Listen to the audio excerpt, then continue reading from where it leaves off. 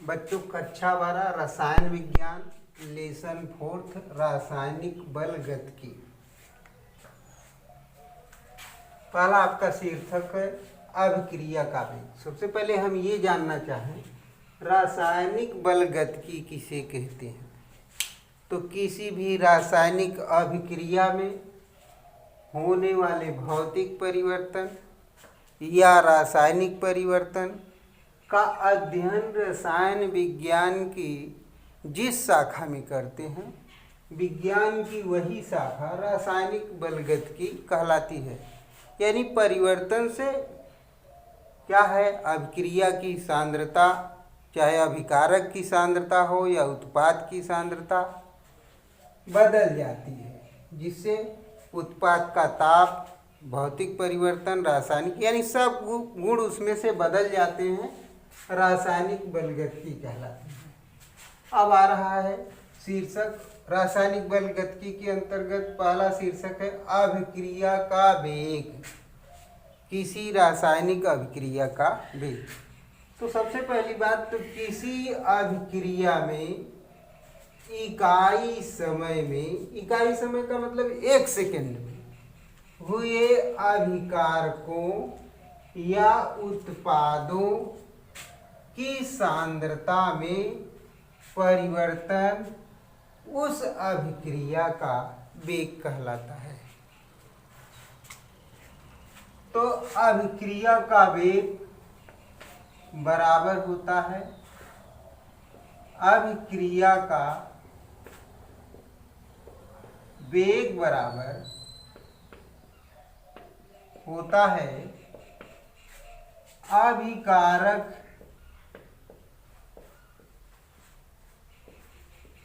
अभिकारक की सांद्रता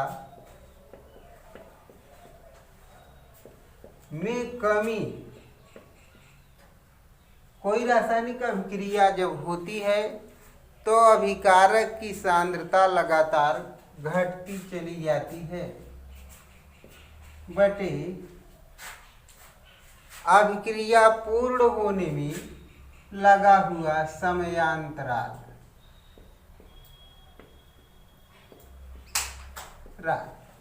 इसी प्रकार से अभिक्रिया के का वेग बराबर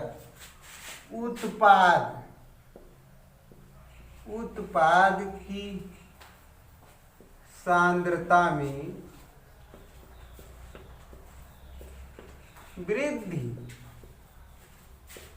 बटे समयांतराल।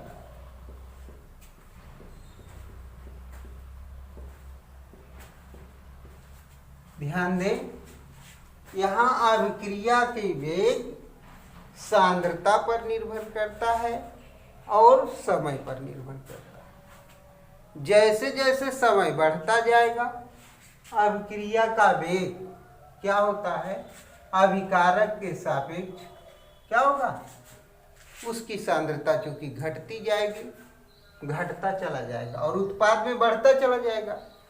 तो इनमें क्या होगा, ऐसी स्थिति में अगर हम क्या है सांद्रता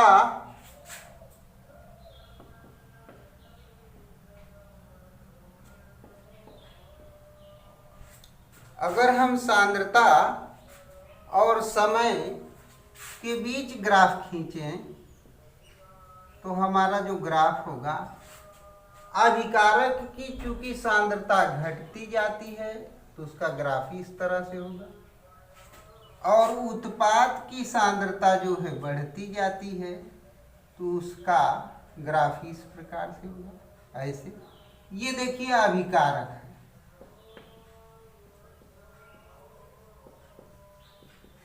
और ये आपका उत्पाद है, ठीक है। अभिकारक और उत्पाद के बीच में इस तरह से क्या होता है, सांद्रता और समय के साथ परिवर्तन। देखें यहाँ, देखिए ये सांद्रता अभिकारक की यहाँ से यहाँ तक ये निश्चित है जब समय शून्य था। कुछ समय बीत जाने के बाद अगर अभिकारक की सांद्रता इतनी बची है तो यहाँ इतने से इतना क्या है, सांद्रता में कमी आई है और समय तब 0 से कुछ हो गया। इसी प्रकार से इसकी सांद्रता लगातार बढ़ती घटती चली जाती है और ये जो आपका उत्पाद है समय के साथ सांद्रता बढ़ती चली जाएगी। अभिक्रिया की दर और समय के बीच अगर ग्राफ देखा जाए तो हमेशा अभिक्रिया की दर और समय के बीच, ये देखिए अभिक्रिया की दर y अक्ष पर है, y अक्ष पर हम अभिक्रिया की दर को प्रदर्शित करते हैं, अभिक्रिया की दर है और ये आपका है समय। अभिक्रिया की दर है, यह है समय। इसके बीच अगर हम ग्राफ देखें तो इस तरह का होगा, ये ऐसे, क्योंकि अभिक्रिया की जो दर है समय के साथ लगातार घटती चली जाती है, क्योंकि अभिकारक की सांद्रता क्या होती है, कम होती चली जाती है। अब कोई रासायनिक अभिक्रिया है, इसमें मान लें कोई रासायनिक अभिक्रिया है, देखें ए कोई अभिकारक है जो कुछ समय बाद अभिकारक बी में बदल जा रहा है। ये कोई अभिकारक है और बी कोई उत्पाद है। अभिकारक ये क्या है, कुछ समय बाद उत्पाद में बदल जा रहा है। मान लिया जाए अगर t बराबर 0 समय है तब अभिकारक की कुछ सांद्रता हमको लेनी पड़ेगी। मान लेते हैं अभिकारक की सांद्रता A है। ऐसी स्थिति में उत्पाद नहीं बना। क्या हुआ, प्रारंभ में जब हमने अभिकारक को लिया तो उत्पाद बना नहीं। ऐसी स्थिति में जब समय t बराबर 0 था तो अभिकारक की संपूर्ण सांद्रता A मोल पर लीटर है।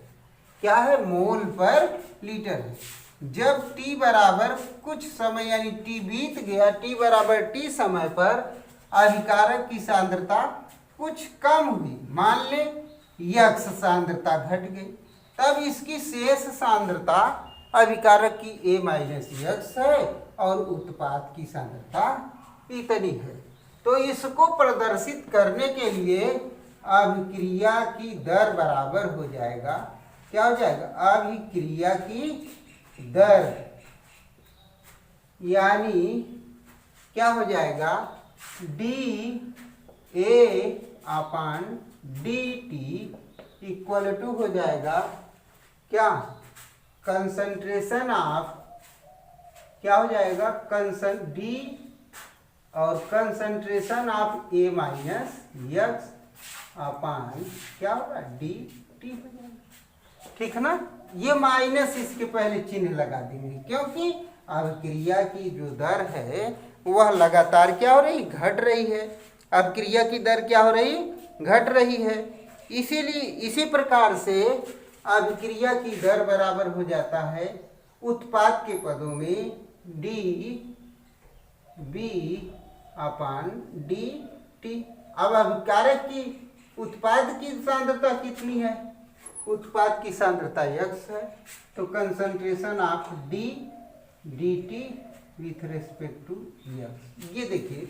और तब अभिक्रिया के वेग का मात्रक हो जाएगा, अभिक्रिया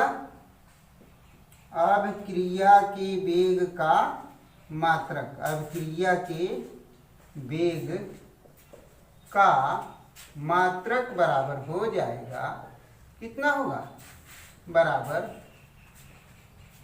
मोल बटे लीटर बटे सेकेंड।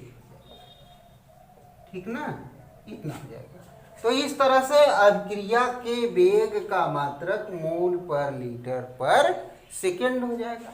अब इसमें देखा जाए अभिक्रिया का वेग किस पर निर्भर करता है। यहाँ देखें डी क्या है, डी क्या है, अति सूक्ष्म है।